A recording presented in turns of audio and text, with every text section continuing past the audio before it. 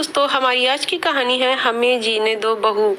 ससुराल जाते ही सबको मेरी बीमारी के बारे में पता चल गया। कुछ दिनों में मुझे वापस भेज दिया गया। मुन्नू पेट में था, वो जन्म के बाद भी नहीं आए। मैंने भी ठान ली कि ऐसे बैठे रहने से अच्छा है कुछ काम किया जाए। सिलाई कढ़ाई और पेंटिंग का शौक मुझे शुरू से ही था। शादी के पहले मैंने सिलाई का कोर्स भी किया था। मैं अगल बगल की कुछ लड़कियों को सिलाई सिखाने लगी। उनको मेरा सिखाने का तरीका अच्छा लगा तो वे लड़कियां भी ले आईं।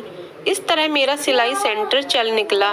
ढेर सारी लड़कियां मुझसे सिलाई सीखने आने लगीं और इससे मेरी अच्छी कमाई होने लगी। धीरे धीरे मेरा सेंटर एक मान्यता प्राप्त सेंटर हो गया। काम काफी बढ़ जाने के कारण मुझे 2 सहायक भी रखने पड़े। इससे मुझे अच्छी मदद मिलती थी।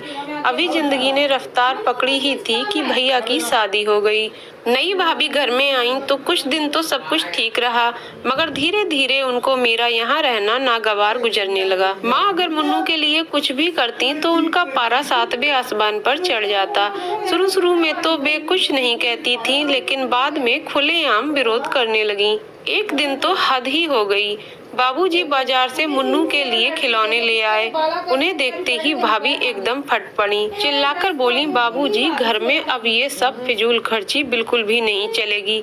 इस महंगाई में घर चलाना ऐसे ही मुश्किल हो गया है। ऊपर से आप आए दिन मुन्नू पर फिजूल खर्ची करते रहते हैं। हालांकि ऐसा नहीं था कि घर की माली हालत काफी खराब थी। भैया कॉलेज में हिंदी के प्रोफेसर थे और बाबूजी को भी अच्छी खासी पेंशन मिलती थी। मुझे भाभी की बातें उतनी बुरी नहीं लगीं जितना बाबूजी का चुप रहना लगा। बाबूजी का ना बोलना मुझे भीतर तक भेद गया। मैं सोचने लगी कि अब बाबूजी पुत्र प्रेम में इतने अंधे हो गए हैं कि बहू की बातों का विरोध तक नहीं कर सकते। उन्हीं बाबूजी की तो मैं भी संतान थी। मेरा मन कचोट कर रह गया। क्या शादी के बाद लड़कियां इतनी पराई हो जाती हैं कि माँ बाप पर भी उनका हक नहीं रहता? खैर, जैसे तैसे मन को मनाकर मैं फिर सामान्य हो गई। मुन्नू को स्कूल भेजना और मेरा सेंटर चलाना जारी रहा। मेरा सिलाई सेंटर दिन ब दिन मशहूर होता जा रहा था। मेरी कमाई अब अच्छी होने लगी थी, इसलिए मैं हर महीने कुछ रुपए माँ के हाथ पर रख देती थी। शुरू में तो माँ ने मना किया, परंतु ये कहने पर कि अगर मैं लड़का होती और कमाती रहती तो तुम पैसे नहीं लेती ना, वे मान गई थीं। घर में भाभी का क्लेश जारी था। माँ पिताजी के पुत्र प्रेम से भाभी का दिमाग एकदम चढ़ गया था। अब तो वे अपने आप को उस घर की मालकिन समझने लगी थी। हालांकि माँ का स्वास्थ्य बिल्कुल ठीक था और वे घर का कामकाज भी करना चाहती थी, लेकिन धीरे धीरे माँ को उन्होंने एकदम बैठा दिया था। उन्हें खाना बनाने का बहुत शौक था, खासकर बाबूजी को कुछ नया बनाकर खिलाने का, जिसे वे बड़े चाव से खाते थे। लेकिन भाभी को ये सब फिजूल खर्ची लगती थी, इसलिए उन्होंने माँ को धीरे धीरे रसोई से दूर कर दिया था। मैं तो उन्हें फूटी आंख नहीं सुहाती थी। मुझे देखते ही बेवजह अपने बच्चों को मारने पीटने लगती थी। एक दिन मैं दोपहर को सिलाई सेंटर से खाना खाने घर पहुंची तो बाहर बहुत धूप थी। सोचा था घर पर पहुंचकर आराम से खाना खाऊंगी। हाथ मुंह धोकर खाने के लिए बैठी ही थी कि भाभी ने भुनभुनाना शुरू कर दिया कि कितना आराम है, बैठे बिठाए आराम से खाना जो मिल जाता है। मुफ्त के खाने की लोगों को आदत लग गई है। अरे जितना खर्च इसमें लगता है इतने में तो हम 2 नौकर रख लें। सुनकर हाथ का कौर हाथ में रह गया। लगा जैसे खाना नहीं जहर खा रही हूँ। फिर खाना बिल्कुल नहीं खाया गया। हालांकि जितना बन पाता था मैं सुबह किचन का काम करके ही सिलाई सेंटर जाती थी। लेकिन भाभी को तो मुझसे बैर था, इसलिए हमेशा मुझसे ऐसी ही बातें बोलती रहती थी। लेकिन उस दिन की तो बात मेरे दिल को चीर गई और मैंने सोच लिया कि बस अब बहुत हो गया, अब और बर्दाश्त नहीं करूंगी।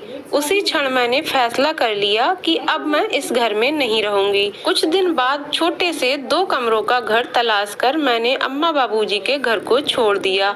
हालांकि घर छोड़ते समय माँ ने हल्का विरोध किया था, लेकिन कब तक मन को मारकर मैं जबरदस्ती इस घर में रहती। नए घर में आने के बाद मैं नए उत्साह से अपने काम में जुट गई। अपने घर की याद तो बहुत आती थी, मगर फिर सोचती कैसा घर जब वहाँ मेरी कोई कीमत ही नहीं। खैर, मैंने अपने आप को पूरी तरह से अपने काम में रमा लिया। मैंने एक छोटा घर लिया, नीचे बुटीक भी खोल लिया था, जिसे हमारे सेंटर की लड़कियां और महिलाएं मिलकर चला रही थीं। मेरा बुटीक ऐसा चल निकला कि मुझे कपड़ों के निर्यात का भी ऑर्डर मिलने लगा। मैं बहुत खुश थी कि मेरी वजह से कई महिलाओं को रोजगार मिला था। एक दिन मेरे मायके की पड़ोसन गीता ने बताया, तुम्हारे मायके में तुम्हारी भाभी तुम्हारे माँ बाबूजी पर बहुत अत्याचार करती हैं। तुम्हारा भाई तो कुछ बोलता ही नहीं। अभी कल तुम्हारे बाबूजी मुझसे मिले थे। वे किसी वृद्धा आश्रम का पता पूछ रहे थे। जब मैंने पूछा कि वे वृद्धा आश्रम क्यों जाना चाहते हैं, तो उन्होंने कहा कि अब मैं इस घर में एकदम नहीं रहना चाहता हूँ। बहू का अत्याचार दिन ब दिन बढ़ता ही जा रहा है। रात को ही मैंने फैसला कर लिया, बहुत हुआ अब और नहीं। अम्मा बाबूजी को यहीं ले आऊंगी। अगले दिन गाड़ी लेकर मैं और मेरा बेटा माँ बाबूजी को लेने घर गए। अभी वे कुछ बोलते उससे पहले ही वहाँ भाभी आ गईं और वही अनर्गल प्रलाप करने लगी। बाबूजी ने उनकी तरफ देखा और शांति से बस इतना ही कहा, हमें जीने दो बहू। अम्मा बाबूजी गाड़ी में बैठ गए। आज मैंने जिंदगी की जंग को जीत लिया था। तो दोस्तों, आपको कहानी कैसी लगी कमेंट करके जरूर बताइएगा। कहानी पसंद आई हो तो वीडियो को लाइक शेयर करें और चैनल को सब्सक्राइब करें। वीडियो को पूरा देखने के लिए बहुत बहुत धन्यवाद।